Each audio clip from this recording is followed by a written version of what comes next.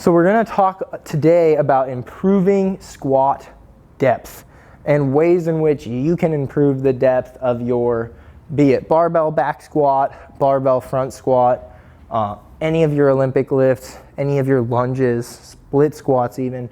All of those exercises should, in theory, over time, pick up more depth if you work through the things we're going to work through today. So common reasons people cannot squat super deep are femur length. So that would be the length of the largest bone in the lower leg that starts at the hip and ultimately goes to the knee. Okay, another big one is just they're not well practiced. They're not coordinated. They never actually try to squat. So they might have limitations in tissues like their quads or their mid-back, and there's tightness there. And because they just haven't practiced the movement enough, they've never gotten to a super deep squat. And so that's probably a better limitation than like a longer femur. Another limitation that's common with people who have, let's say, much like the long femur, it would be one that's harder to fix, would just be the general mobility of your hips. Are the ball and socket joints of your hips such that there's lots of room for the ball and socket to move around? Or are they such that there's not a lot and there's a little more congestion between the ball and socket? It doesn't move through there as well. And you can actually assess this for yourself by lying on your back and pulling. You can either do it one leg at a time or both legs at a time, pulling towards your chest, both knees, and seeing how long it takes for your butt to come up off the ground. If your butt comes off right away, you probably don't have great hip mobility. But if you can pull your thighs towards your chest from many different, let's call it slots, leg slots, or I like to call it squat slots, you probably know you have good hip mobility. And as a general rule of thumb, the position where you can pull your thighs closest to your chest, for me that's right here, that's probably the foot position right here that I want to squat in. Or at least it's the foot position and the hip slot that feels the most organic. So if you have a long femur and all of those positions feel really uncomfortable, that probably means that your squat depth will not be as deep as somebody who has a short femur and all of those positions feel very comfortable. And I'm somebody who's closer towards the latter. I'm about 5'9". I have moderate length femurs and I have good mobility at these different joints. Which brings me to the fourth limitation a lot of people have when they squat, and that is ankle flexion, ankle dorsiflexion, ankle mobility, call it what you want, but it's really just the ability to get your knee over your toe and your ability for right here in the front of the ankle for you to get some yield. And this is pretty good ankle mobility. The actual position, like from my patella here, this is called the trochlear groove, where your patella drops in and you go right down. Boom. Okay, there's like maybe 1.5 inch gap there.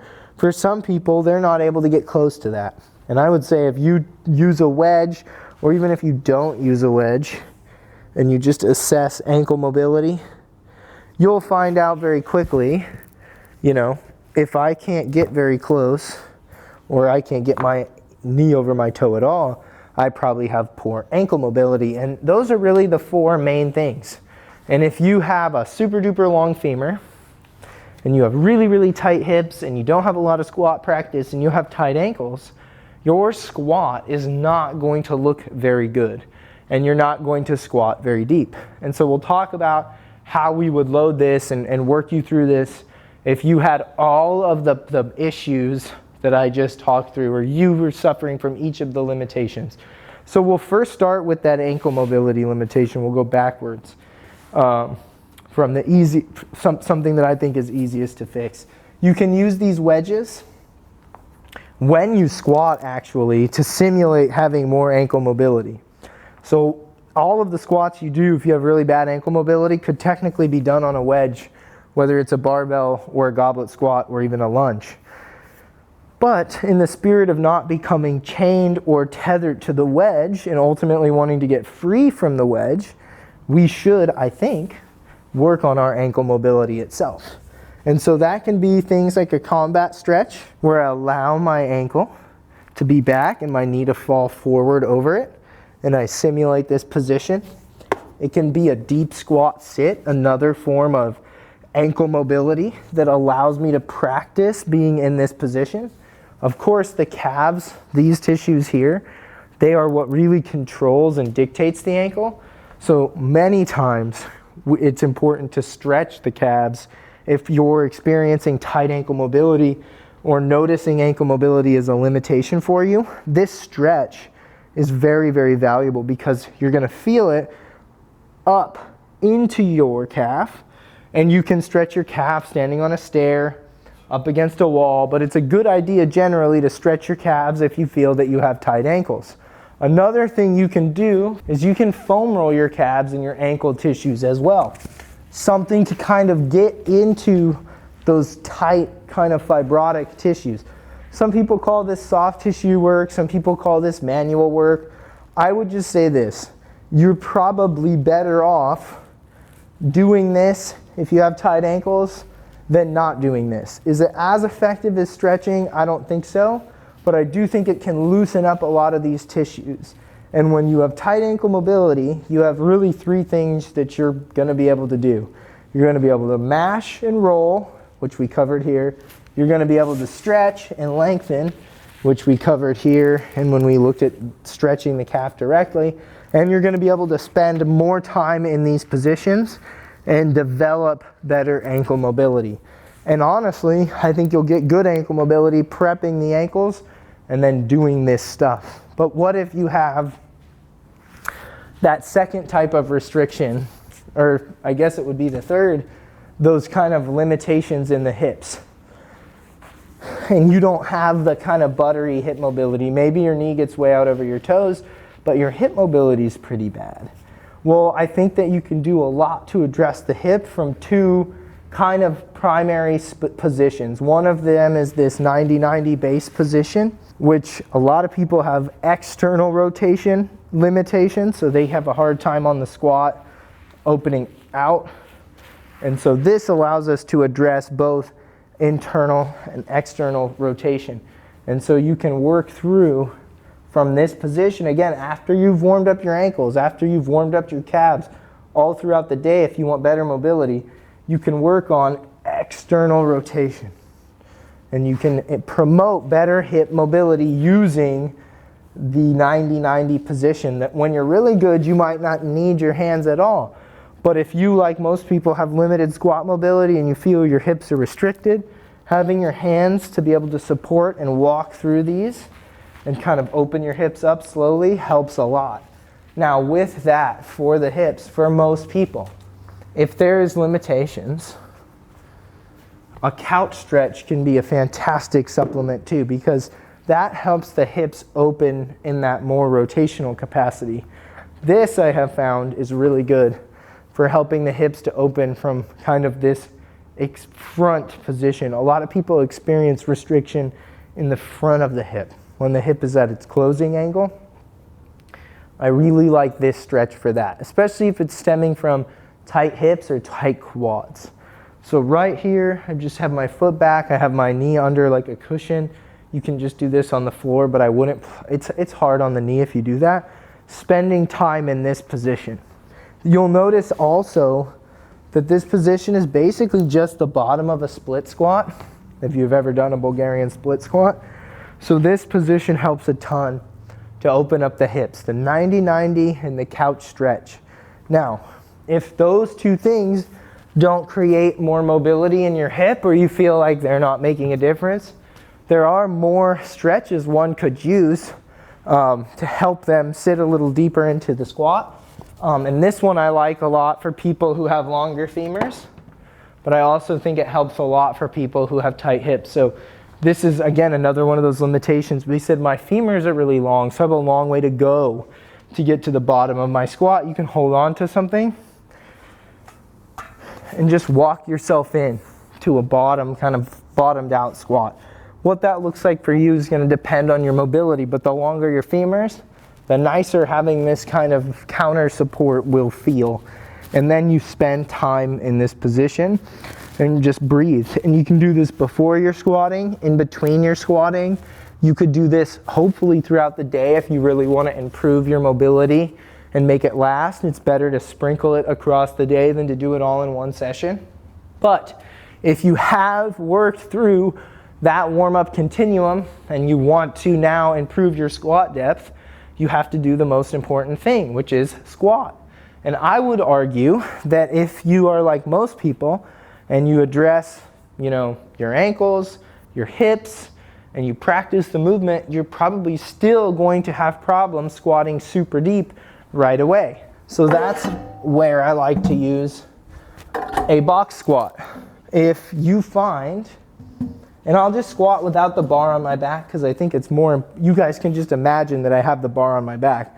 If I was squatting this far comfortably, and now after all of this mobility I can squat this far, I actually just like to have clients work from a box at first. So if this feels comfortable now to squat this deep, we will squat up and down out of that box, whether we're loading it with something like a goblet or we actually have the bar. And the more depth you unlock over the time, the more that you can lower that box. Now, we're doing this because I want that person to have control of the full range of motion. And so, for a lot of people, they'll do all this mobility, they'll squat up and down off a box, and then the minute they get below the box, it's just like super sloppy garbage. They have no control. And what I like to do when we're working to help people unlock new mobility, let's get strong in those ranges of motion. So you've done all this work for the ankle, for the knee, for the hip. Before you put a bar on your back and overcomplicate things, especially if you've never squatted with a bar on your back or it just feels awkward, continue to master those mechanics with simpler lifts like goblet squats or box squats, or one of my favorite things to do, again, you can do this with a goblet squat and a medicine ball. That is generally about as deep as most people will be able to squat comfortably. Like, I think this is this would be nearly like an ideal bottom squat position. You can just sit on one of the balls and push up, sit down gently, tap, and come up. You can start from the bottom position, just hang out down here and stand up. But you have to put the squat back together using strength. You can't just do mobility work and then never load it and expect to have a good looking squat. At some point, you're gonna have to load it. And I would say, once you've gotten a good looking goblet squat, and a goblet squat's always nice because you have this counterbalance, so it makes it easier to sit deep into the squat. Once you have that looking good, and you're comfortable with the depth, and you're like, I like that. Maybe it's for you here. Maybe you wanted to be here. Maybe you wanted to be here. I don't know. A lot of you want a lot of squat depth. And how much you get depends on those different limitations and how much they respond to some of the, mobility things we shared. But once you're under a bar, it's a different ball game. And it becomes a little bit more technical and a little bit more demanding. It's harder to find that same kind of center because the bar is behind you. So I actually, for a lot of people, if they have the shoulder mobility, will teach them to squat using a front squat, okay? You'll always get a little more squat depth on the front than you will the back because of the counterbalance. So consider transitioning your barbell squatting when you're done with your goblet to a front squat if you have the shoulder mobility. It'll allow you to keep working on that depth, get a barbell into the mix. You'll always be stronger on a back squat than a front squat, so you'll progress slowly, which might actually be good for maintaining all that range of motion. So I think to truly unlock the best squat mobility possible for you, you dial back a little bit on the load, you focus on addressing deep squat positions, especially if you have long femurs, internal and external rotation at the hip, better dorsiflexion. You use tools like wedges and squat shoes. You master deep squatting with the goblet squats. Teach the foundational kind of squats as front squats, so you can stay with the deepest depth possible. Get strong on these and then load as much as you can into the back squat with the best depth possible. That's what I would do if strength and mobility on the squat were really important to me. I just wouldn't rush getting heavy loads on the barbell. I would take my time and work through each of those mobility limitations for a while, letting the weight kind of come as my squat depth kind of works to being a little bit better. I hope you guys found this video helpful. If you did, be sure to give it a thumbs up. Comment below what exercises or techniques you'd like help with next, and be sure to subscribe to the channel so you don't miss future videos. Thanks.